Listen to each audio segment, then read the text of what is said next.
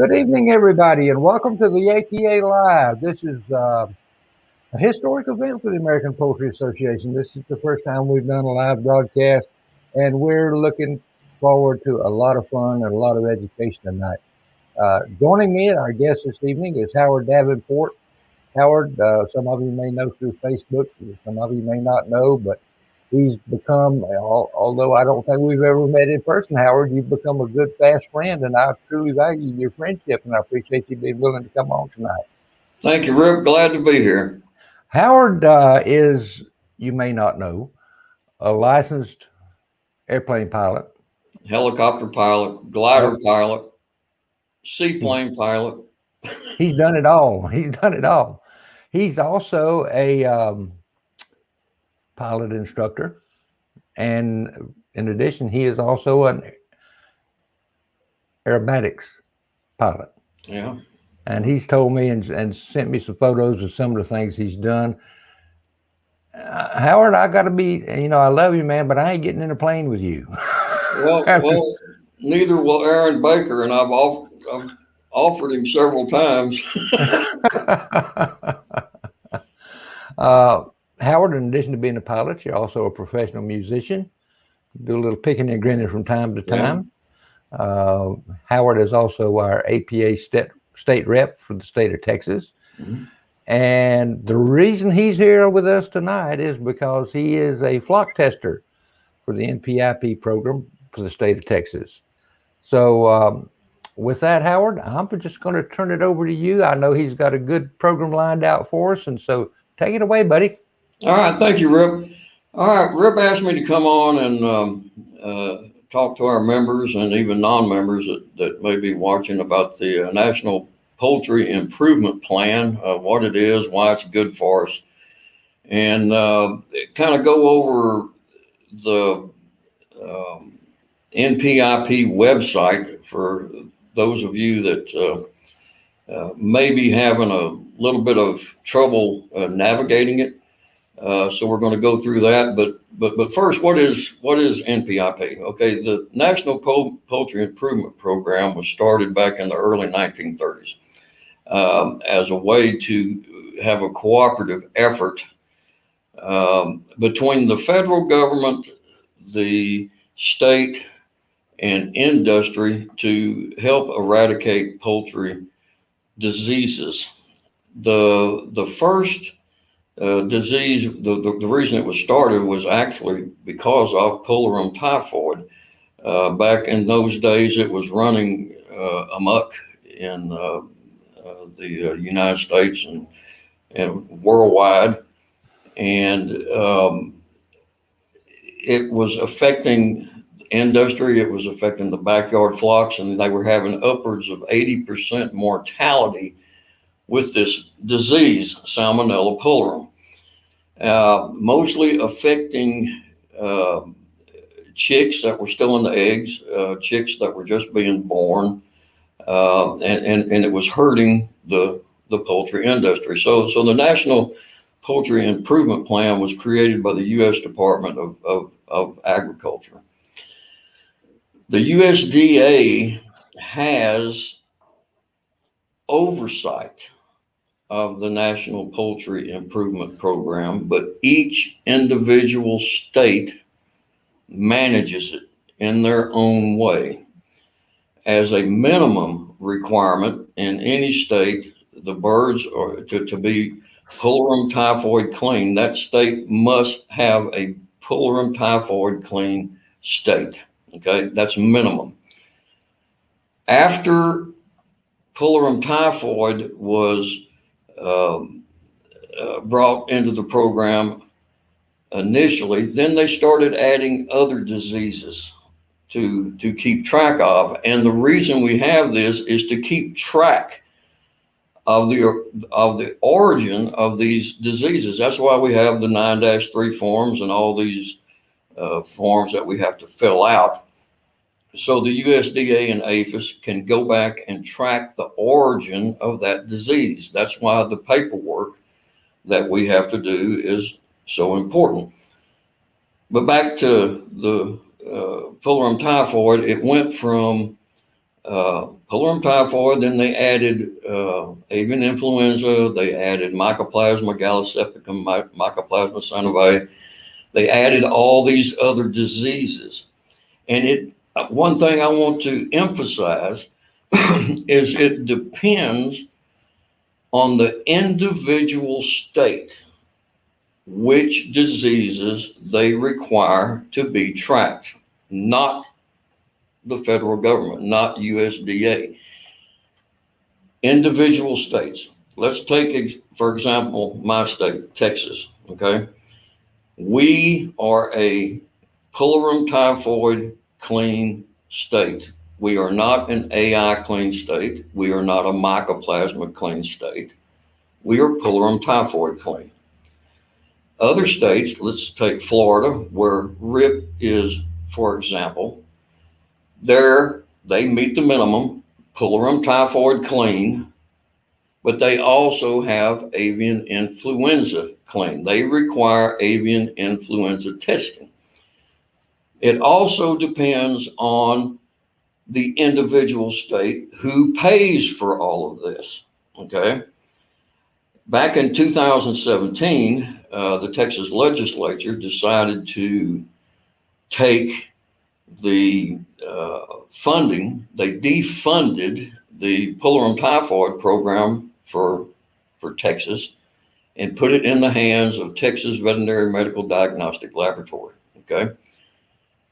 Before 2017, now most everybody watching tonight knows how big a state Texas is, okay? It takes 16 hours to drive across it, okay? For the whole state of Texas, we had four testers covering the entire state of Texas testing for pulmonary typhoid, but it was funded by the state of Texas. They did away with that. Now the testing is put in the hands of individual testers who attend a class, and it's you learn about the NPIP program, and you learn how to read a blood sample from a plaque antigen test. The testers in Texas, we're required to buy our own supplies. We're required to purchase our own antigen. And by the way, I want to remind you, there is no longer an antigen shortage. Charles River Labs has plenty of it. I go through 2 bottles every 2 months of the 1,000 dose vials. That's how many birds that I'm testing. But we set the fee for what we charge people based on mileage and number of birds. Other states pay for their own. Some states you don't get charged anything, even for AI testing. It just depends, once again, on the individual state of what they require and how it's paid for. Now, some of you know we're fighting here in Texas to open our borders to out-of-state birds. And we have a little group of people here in Texas that are working on that issue. We have met with the Texas Poultry Commissioner and one of the heads of the Texas Animal Health Commission to try to get these restrictions lifted so our friends in other states can come down here and see true Texas hospitality. And that's what we're known for here. But let's go back and talk about Salmonella pulmonary, okay? It's a bacterial disease. It is caused by a bacteria. And Rip had mentioned when we were doing a kind of a little dress rehearsal for this event of what it used to be called, but it's transmitted mainly from the hen to the egg to the chick. That's how it's mainly transmitted. The chick, most of the time, they will die in the shell. The ones that do survive will normally only last maybe a week, little over a week. The signs you want to look for is anorexia, meaning they're not eating. They will huddle together. They will constantly chirp, just constant chirping. They'll have ruffled down feathers, droopy wings, and a white chalky diarrhea. That is one of the primary signs of pullurum typhoid, or pullurum. Typhoid's separate. If you see this, you may want to consider sending your birds in for a necropsy and a histology and seeing if you may actually have it. Now, we're pretty much eradicated here in the United States from pullurum typhoid. There has not been a positive case in the U.S.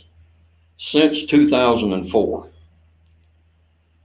The reason it's eradicated is because people are testing and we're able to catch it early. Okay, we catch the disease early, the industry's happy, we're all happy, and we get to show our birds. Okay, now different states have different requirements for joining NPIP. Okay, and I'm going to be pulling up the NPIP website here in just a few minutes to kind of show you how to navigate it and what kind of information is on there. All right, but some states require a memorandum of understanding, which is, I'll just give you an example because I'm very familiar with it, which is Texas. Okay, you must be PT clean in order to get NPIP in Texas. So you fill out what's called a memorandum of understanding, saying that you will not commingle your birds with any birds that have not been certified PT clean. Okay? Which is why all the poultry shows in Texas, we have to submit a pullurum typhoid certificate showing that our birds have been tested, so there's no commingling of birds that have not been tested. That makes sense. Also on that memorandum of understanding is a statement that says you will allow the Texas Animal Health Commission to come out and inspect your premises at any time. That's what it is, and you send them $100 and you magically get an NPIP number, and now you're NPIP certified in the state of Texas. Some states actually require you, and once again, I'm emphasizing each state manages it different. You need to check with your state, and I'll show you where to find that. Some states require that you actually submit a biosecurity plan to show them how you're going to maintain a pullurum typhoid clean flock, how you're going to prevent people from coming on your property, vehicles, introducing wildlife, rats, mice, all the critters we don't want in our pens, and you submit that and show them how you're going to maintain this biosecurity plan. The good thing about NPIP is that if, and that's a big if, because like I say, it's pretty much eradicated, and it's because of people testing regularly. The good thing about NPIP is if you do get pullurum typhoid or some other disease, reportable disease that is, I'm not talking marriage disease or anything like that. If you're NPIP, the USDA will reimburse you fully for the cost of your flock if they have to depopulate. If you're not NPIP, the USDA will only give you 25% of your value loss on that flock. So that is a good reason. Now, some states with if you have cholera typhoid, they're going to come in, they may depopulate, okay? That's not the case in Texas. We don't do that. I've been a tester since 2017. Since 2017, I have had 2 positive plate antigen tests that have come back. All right. When those plate antigen tests are positive, I have to ban the bird, isolate the bird, take pictures of the bird, and fill out a form. And I send that along with photographs of the actual plate antigen test and the bird to Texas A&M. Okay. What they do is they will contact Texas Animal Health Commission, which will send a inspector out to do one of 2 things. He's either going to take possession of the bird if you want, or he's going to draw more blood and send it to the lab. That inspector will issue you a hold order. That hold order prohibits you from any birds coming in or out of your premises until they get the actual lab results back, okay? Because it could be a false positive. Broody hens can cause a false positive. Other bacteria can cause a false positive. If that sample is clean, that person is issued their pulmonary typhoid certificate and they're good to go. If it is positive, an actual positive, the hold order will continue and your flock will be retested in 21 days. Why 21 days? That's the magic number for hatching chickens, right? 21 days. They want to see if anything else pops up, okay, during that 21 days in your layer hens. If everything's clean, you get your certificate. If it's not, then they take that bird and it's a step-by-step process until you clean your flock out from pulmonary typhoid.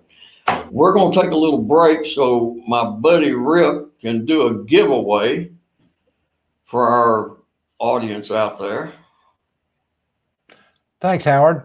You know, we talked about back and forth on Facebook and all different postings.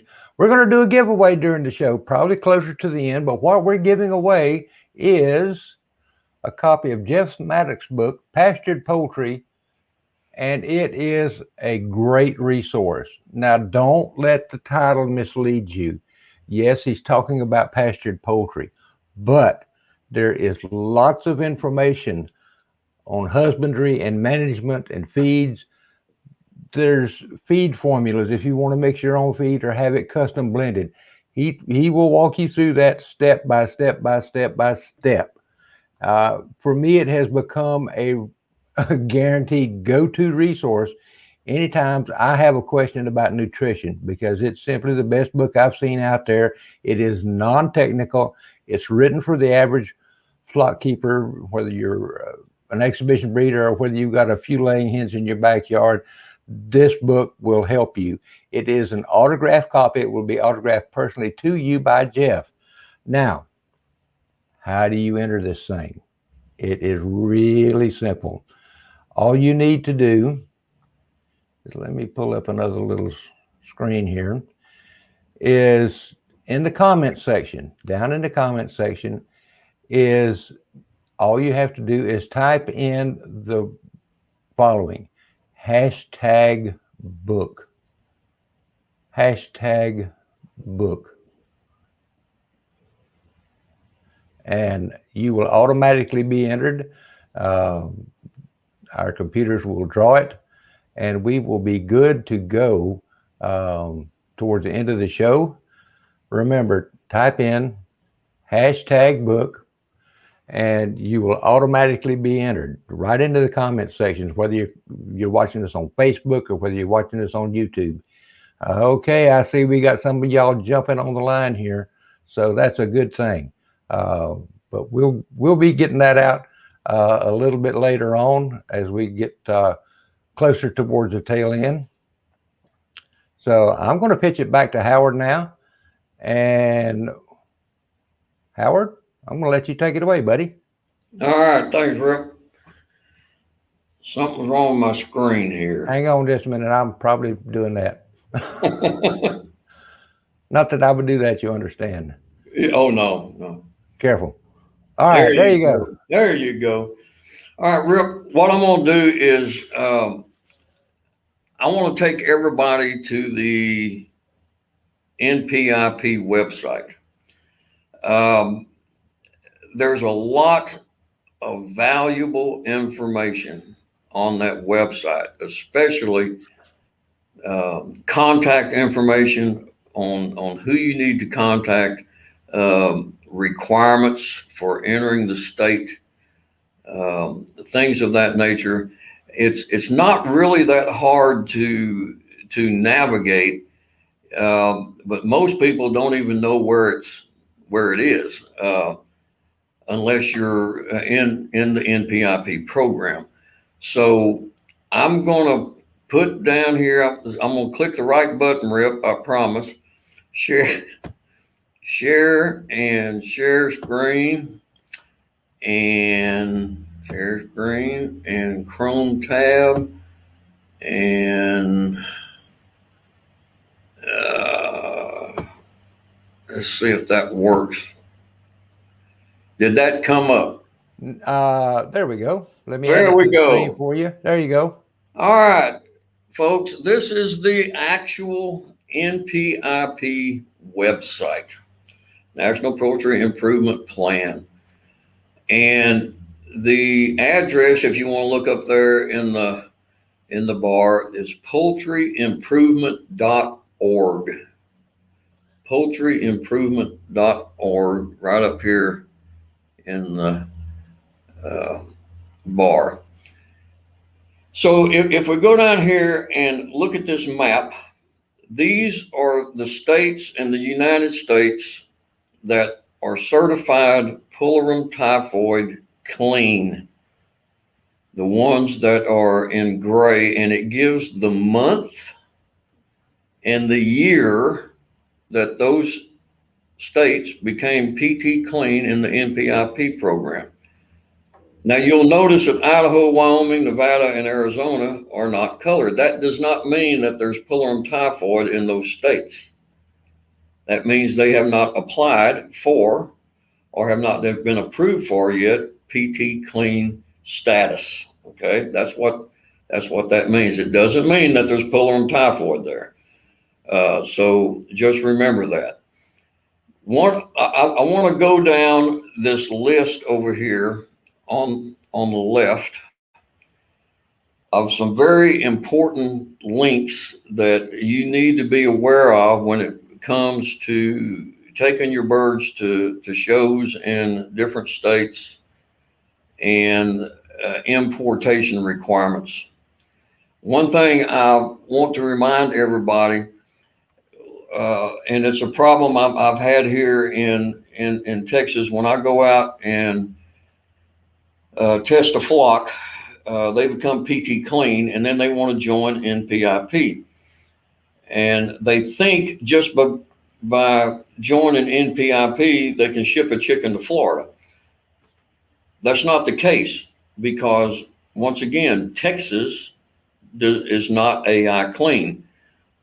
We do not require AI testing.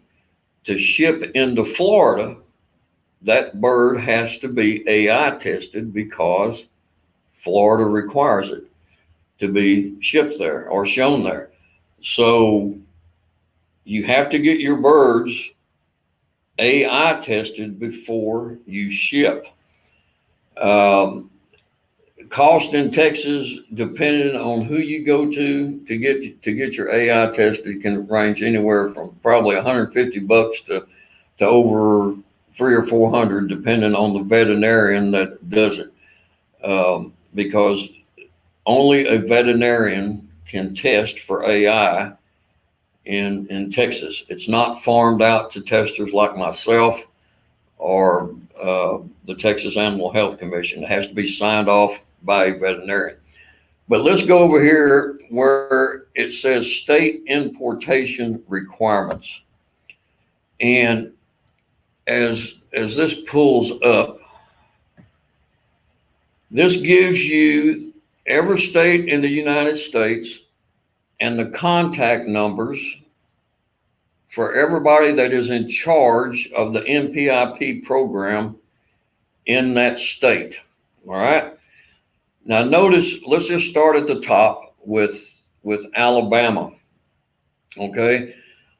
The VS Form 9-3, that's your NPIP form that once you join the NPIP, you get access to the website and able to fill out to do your shipments or do your exhibition for those states.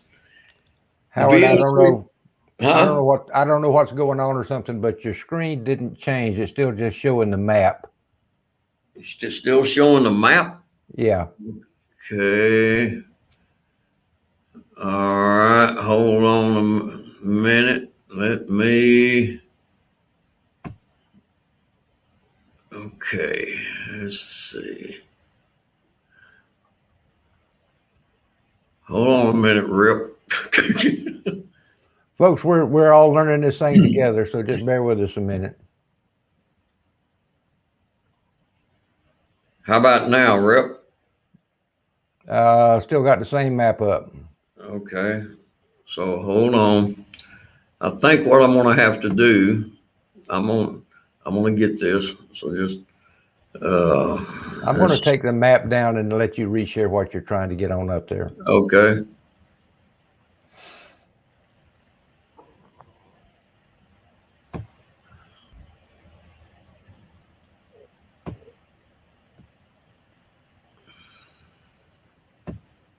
All right, I'm gonna try this again.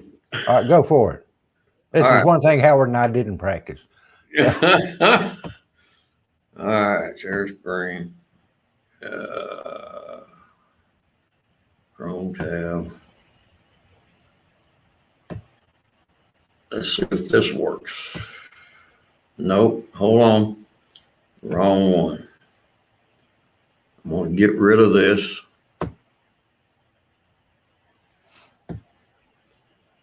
Rip, why don't you talk to him while I'm figuring this out? All right, while you're doing that, I'm going to go ahead and plug our book again. We're giving away tonight a free autographed copy of Jeff Maddox's book on pastured poultry.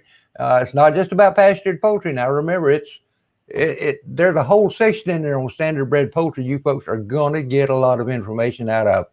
And to enter the drawing, all you have to do is to type #book. That's #BOOK into the comment section. You're automatically entered. What could be better than that? And towards the end of the show, we're going to draw.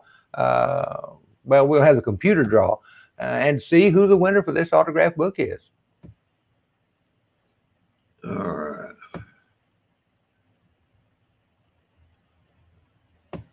Technology is great when it works, doesn't it? Isn't it, Howard? How's that? I think that might be what you're looking for, buddy. That's what I'm looking for. All right, I think I got that figured out. I just hit the wrong link. Okay, so this is your contact numbers, and the link is on the left-hand side of the home page for NPIP, and for state importation requirements. So let's look at Alabama. Say I'm wanting to show a chicken in Alabama.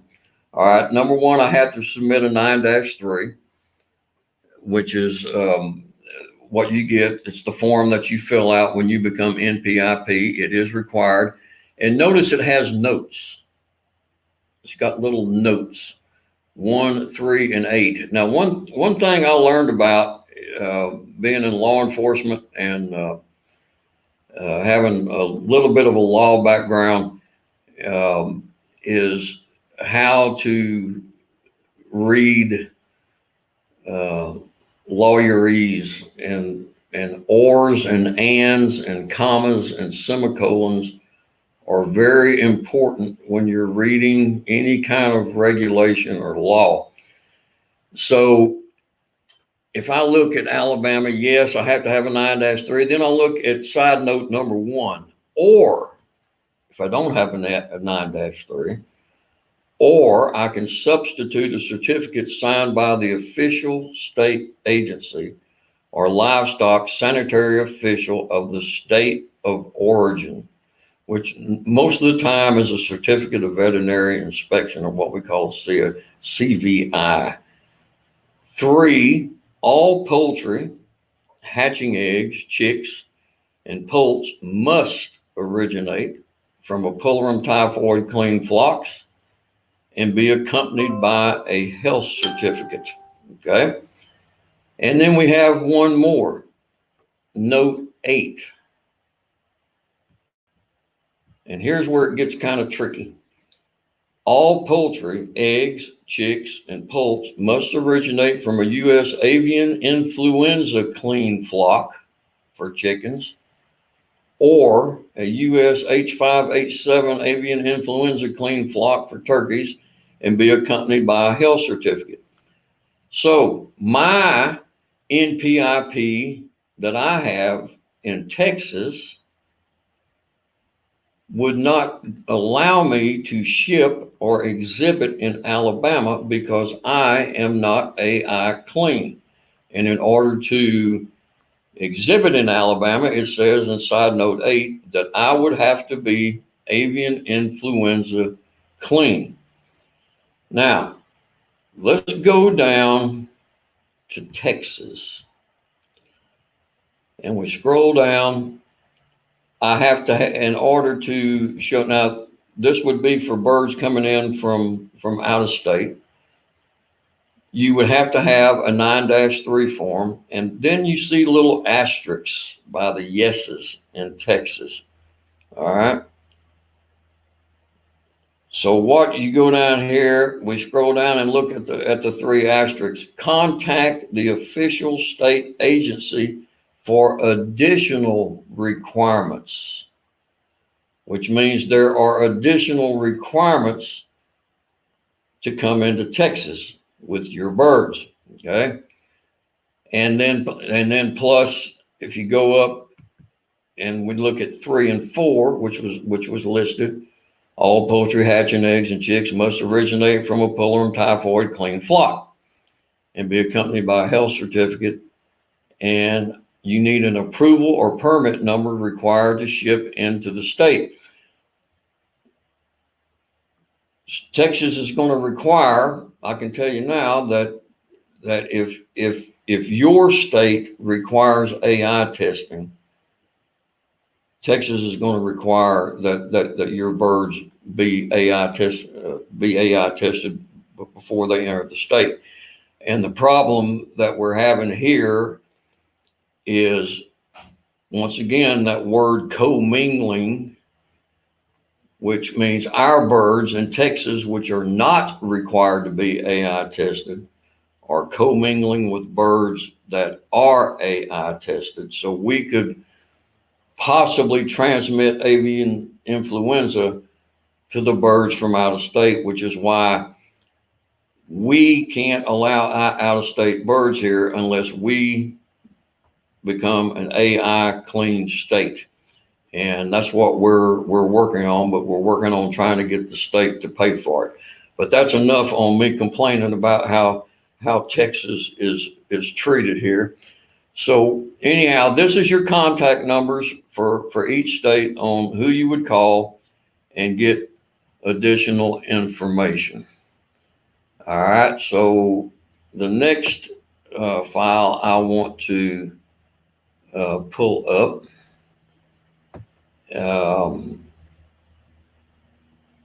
is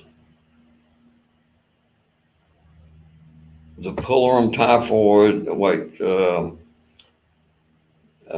stock codes.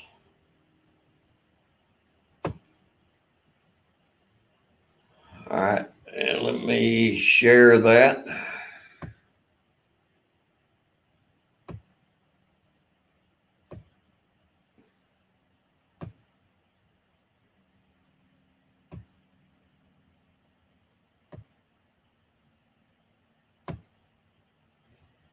Okay, Rip, did that come up, the stock codes? Should be up now, Howard. All right, very good. All right, when you fill out your NPIP paperwork, um, you don't list the breed, you list the stock codes. And this is something that kind of caught my interest. Our friend Craig Hansen had brought this up on a Facebook post about all the discrepancies in these stock codes. And there's hundreds and hundreds of these stock codes. So I contacted my NPIP coordinator here in Texas, Sydney Rosario, who was going to be with us tonight, by the way, but Hurricane Nicholas kind of set things back for us and she couldn't make it, but we will have her on. But I talked to her about this, and the NPIP headquarters in Atlanta develops these stock codes, and they develop them from what people are submitting to them on their paperwork, and they just add a breed or they just add a variety. You can have a chicken with a stock code that's called Baskin and Robbins 32 different flavors. They would put it on there if that person submits that.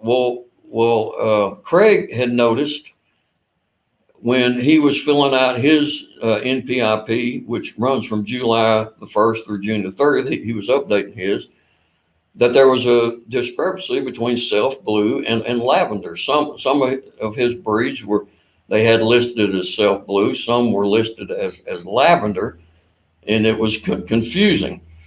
And I went on and looked a little deeper and found frizzles, which we know is a variety, with a stock code with no breed behind it. And it's causing a lot of confusion. So I got with Sydney and I said, we need to do something about this. So she agreed, and what we're kind of working together to get these stock codes more streamlined into a particular breed. In Texas, and like I say, every state's different.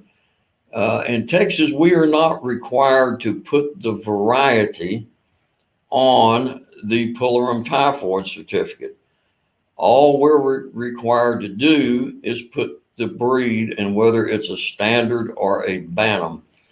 And then, but when we go into the NPIP database and try to input it, maybe our variety is not in there and another variety is, and we don't know what to put. So thanks to Craig Hansen for catching all that and bringing it to everybody's attention.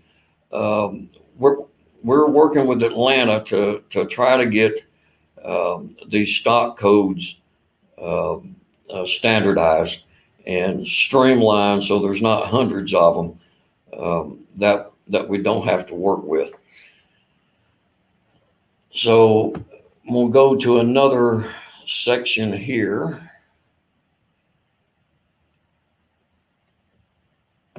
Another important section on the NPIP website is up here at the top where it says NPIP participants by state and territory. So I'm going to click on this and go to U.S. states, and then I'm going to share this.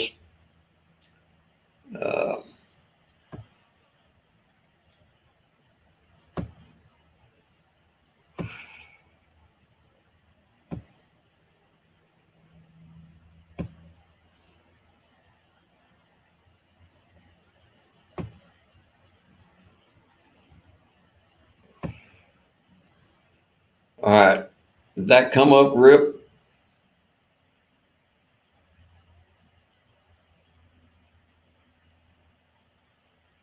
You got it. All right. Now this is how you find out if someone is NPIP and what kind of clean status they have. So I'm gonna go over here to Texas, and you just move your cursor over whatever state that you want. And so I'm gonna pop on Texas here. And this is a PDF file that you can download. So we have to remember that we have hatcheries, dealers, and independent flock owners. And it goes by on these forms what kind of flock it is, whether it's a multiplier egg flock, a meat flock, or an exhibition flock. If we look here, what is that? If we look here at the top, it says hatcheries, dealers, and independent flock owners participate in the National Poultry Improvement Plan. This is a multiplier egg type chicken breeding flocks. So we look over here and we have the NPIP number, the subpart which it's under, which subpart B is the multiplier egg flock. Who is in charge? Okay, we have J.C. Essler, address and phone number and email, and my boss with A&M, Sidney Rosario, which is the Poultry Programs Administrator for Texas A&M. And let's just look here at this hatchery. If we look at Highline North America in Bryan, Texas, 26 is their NPIP number over here. This is their name. And then if we look over here, it gives us the products classified U.S. Pullurum typhoid clean. This lists the stock codes, okay? And you would go back to the stock code section and see what breeds that they have NPIP PT clean certification on, okay? Now, notice to the right, it says additional classifications for which products are qualified. And we go down, and Highline is AI clean, MG clean, Mycoplasma gallisepticum, Mycoplasma cynivae, and SE, and I'm not sure what, I'd have to look at the codes, what SE means on that additional qualification. But those are the code, or what they are qualified NPIP clean. That's there. So we go down, let's look at some independent flock owners. And if you go through here in Texas, you'll see Tractor Supply all over the place. They are a dealer, and there's probably about 8 pages of Tractor Supply on here, and they are NPIP. So we'll go down to some independent flock owners. We'll find one down here as we scroll down. Let's see.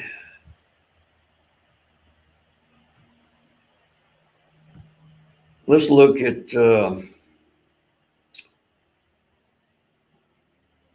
we'll look here at Adam Ross. Okay. This is NPIP number E. E is the category for independent flock owner, his name, address, telephone number, his stock codes, R42, R95, R103, R213, and so on. So you would go to the stock code. Now, he's the one that inputs these to tell people what breeds he has that are certified PT clean. All right. Now, if we go down here a little further down, NPIP number 4336, E's independent flock owner, Blex HMR Ranch, and Ken McCracken, good friend of mine here in Spring, and I'm sure he won't mind me throwing him out there. Here's his stock codes, R103, and so on. Now notice, Howard, your map is stuck. It's not, your screen share is not changing with you. How about now? No, it's still the same screen share.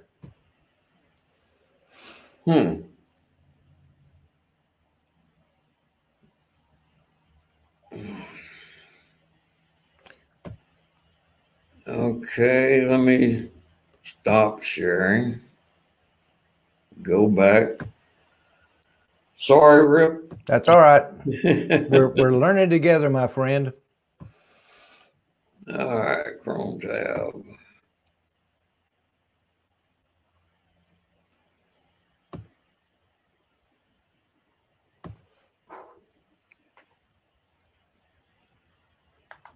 How about now? There you go. All right. Can you see where my cursor is? Yes. Okay. So this is Ken McCracken, good friend of mine here in Spring, fantastic Orpingtons.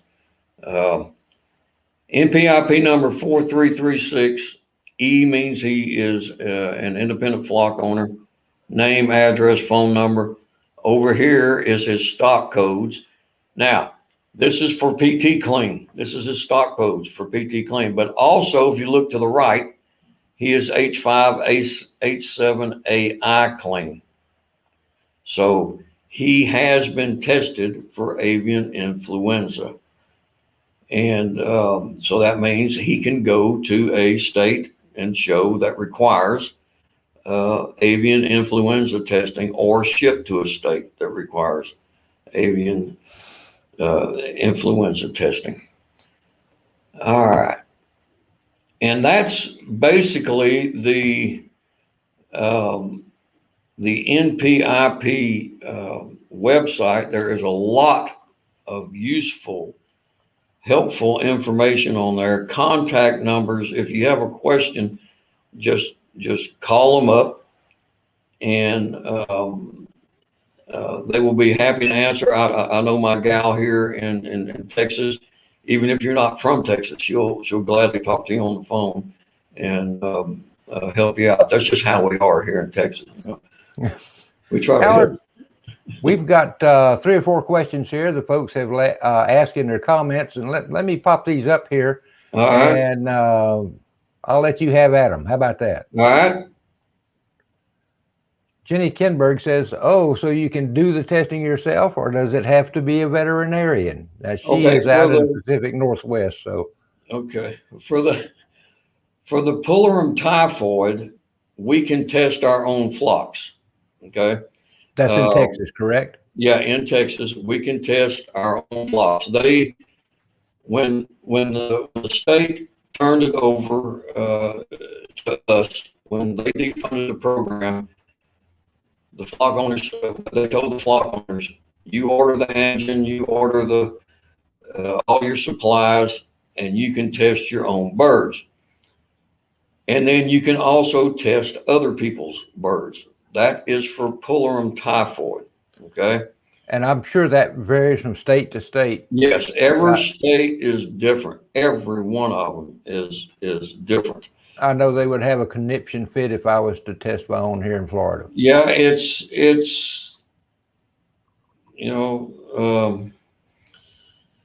kind of like the fox guarding the hen house. You know? But people here are honest about it. You know.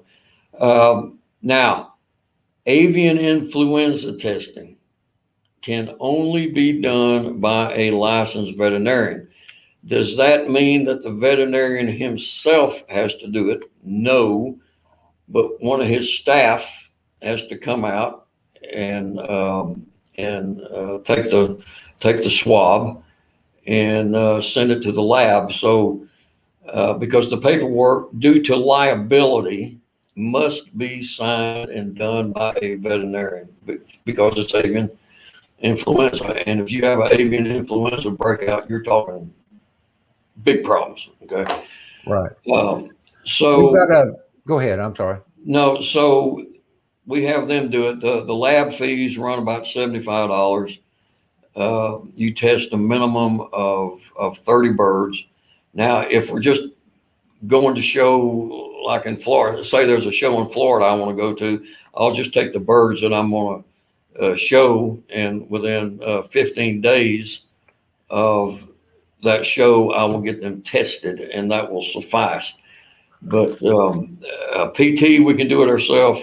Avian influenza, we can't. All right. She also had another question, Howard. Let me scroll down to here. This is when you were talking about biosecurity. Uh, and she says, does that go for wild birds too? Do all your birds in Texas have to be under solid roof, like in the United Kingdom during the avian influenza outbreak, to No, keep wild birds from entering the pens? no, it's recommended. That is standard biosecurity. They can't force you to keep all your birds in a coop. Okay, uh, my birds don't free range for several reasons, but I've never heard of them requiring them, not to let them out. Um, it's a good biosecurity practice to keep them under a roof naturally. But more than just wild birds carry the disease. It can come from rodents, from droppings. Anything can bring it in. Yeah. All right. Very good. Hope that answered your questions, Jenny. Let's see. Katie Mullins had a couple of questions here. How do we add a new stock code for a breed not listed? That is a good question, Katie. And that's something we're trying to actually resolve. And I'm really glad you asked that question. What you do is you get with your state coordinator and you tell them, I've got this new breed of chicken, and I made it myself, and I'm gonna call it the purple-haired people eater. Okay, that's what I want to call it. And if it's not in the stock codes, they will enter it and submit that to the national office in at Atlanta, and then bingo, there's going to be a breed of chicken called a purple-haired people eater, and that's as simple as it is, and it really causes confusion. Especially when they get into the different varieties, and adding those varieties, and they actually have frizzles listed as a breed of chicken, and not a variety. They don't differentiate between frizzled and smooth. Uh, they just have frizzle as a breed. So people that don't know any better, well, what they may have a frizzle coaching or silky, and instead of putting silky, they'll put frizzle. So, but that's all you have to do. Just get with your state coordinator, tell them I got this new breed of bird that I developed, and this is what I want to call it. Now, normally they require you to have 5 years of a particular strain to get a bird certified, but they don't follow that rule. They just don't follow it. I don't know if it's lack of manpower or lack of knowledge or what, but you're supposed to have 5 years of breeding that particular breed and breeding true before they add it to those stock codes, but that's not the case. So, Katie, I hope I answered your question. Very good. She also had another question here, Howard. Yeah. If you have 30 plus different breeds, do you list each and every stock code? Yes, if you want them on your certificate, yes. And one last question here from Tara or Tara Haynes. I'm not sure. I hope I pronounced that right, Tara. When I purchase chicks from another state, am I supposed to receive a Form 9-3? That is correct. You must receive paperwork, the 9-3 form. and that becomes part of your certificate. Because if you don't receive that form, Tara, then if you come get inspected, they'll say, well, okay, let's say I have Bantam Buckeyes, okay, and then I order some La Flèche from a buddy of mine in Alabama, okay. He's going to send me a form to show that he is NPIP, AI, PT clean that comes with those birds. If you order from a hatchery, that statement or invoice that they send you is going to have their NPIP number on there and a breed, and you just add it to your existing certification or certificate. You just add it on. If you didn't, if they didn't send you that form, then you have no proof whatsoever that those birds came from a PT clean or AI clean source. And then if an inspector comes out and say, oh, you have Bantam Buckeyes on your Pullorum typhoid certificate, but I see you have La Flèche. Now we got a problem, because now they're going to say, well, where did these La Flèche come from? Do you have any paperwork to follow up on that? And if you don't, well, then you could be fined, and you don't want that. So yes, make sure you get some kind of paperwork anytime you transfer a bird. Very good. She also posed let me see if I can find it. She posed a follow-up question here. All right. She wants to know, how do I obtain the Form 9-3 if the breeder is no longer alive? Okay, first, how long have the birds been on your property? Can she answer that? Can you hear me, Tara? She's listening. Let's see if we get an answer that pops up here. Okay, well, basically, okay, the breeder's no longer alive. Birds are Pullorum typhoid tested when they're at least 16 weeks old. Okay, 16 weeks and up. That's when 6 months. Okay, if the bird, let's say that I have a parent stock of Orpingtons, okay, and then those birds are over 16 weeks, and I hatch eggs off of those birds. All right, those chicks are covered because they were hatched from that parent stock, and they were hatched on my premises, which is PT clean. All right. Now, if the best thing to do, Tara, if you have no proof that the birds were PT tested and you have introduced them into your PT clean flock, the best thing to do is just call somebody up and get them tested. Just get them tested and get you a new certificate. That's the easiest way to do it.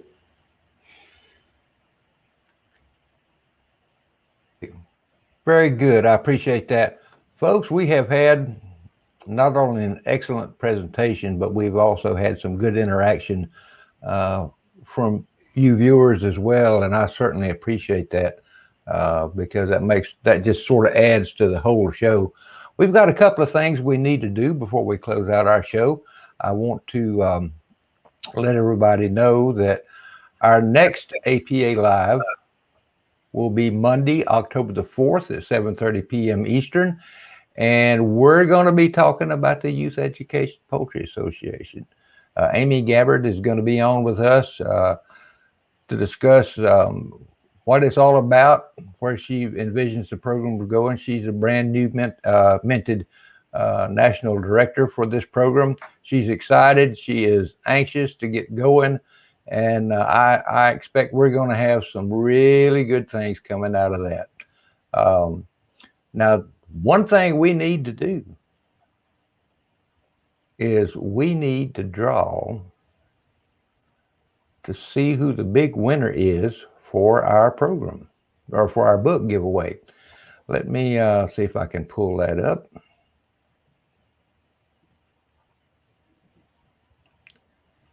And because some lucky person is going to win an autographed copy. And if you will let me know, if you're the winner, if you'll let me know what name you want to use on there, Jeff will be more than happy to autograph that for you. And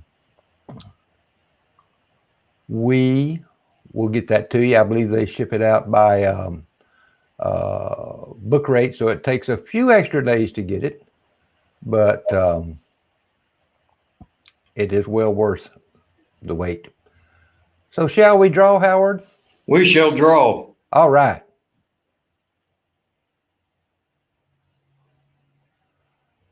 Well, oh, I'm clicking on the wrong page here, folks. Sorry.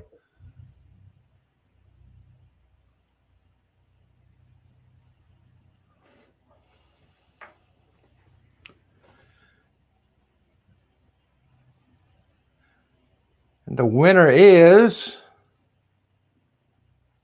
Joy Bratley.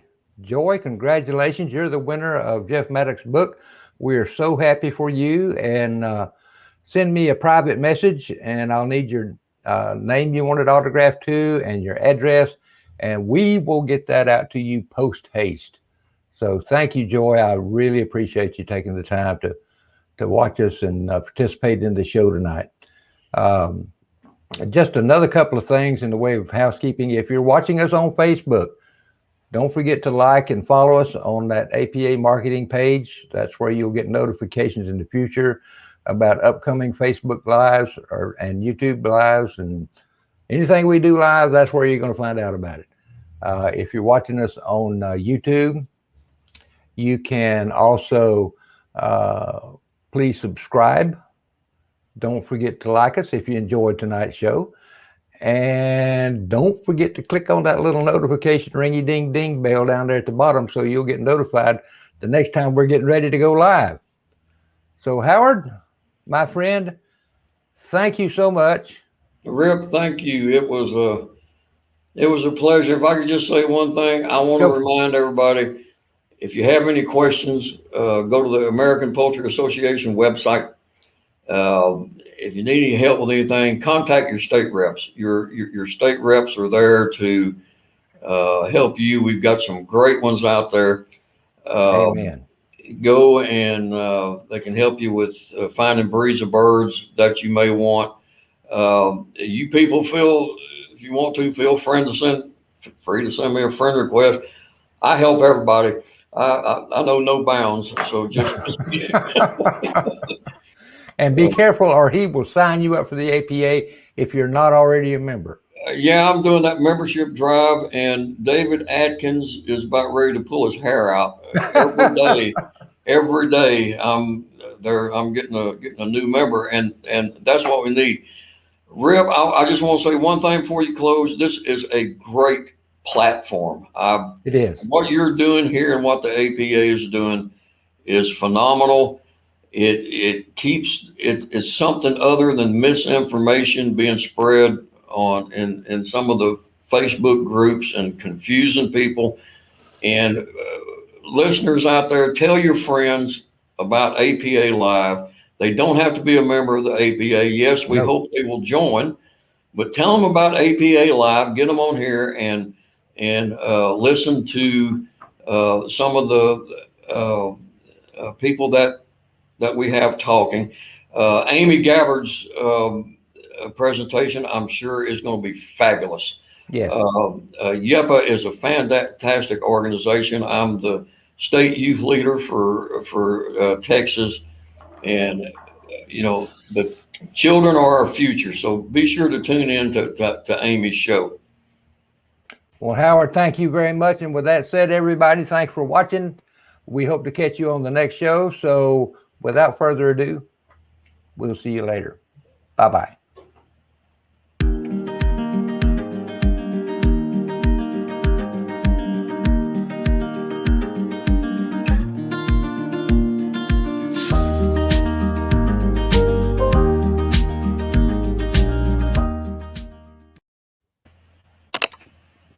I think that went well.